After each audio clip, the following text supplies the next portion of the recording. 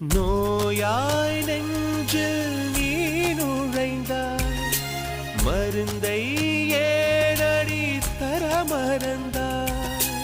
வாலிபத்தின் சோலையில ரகசியமாய் பூ பறித்தவள் நீதானே.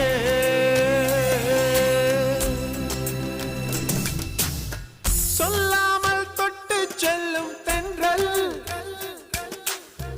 என் காதல்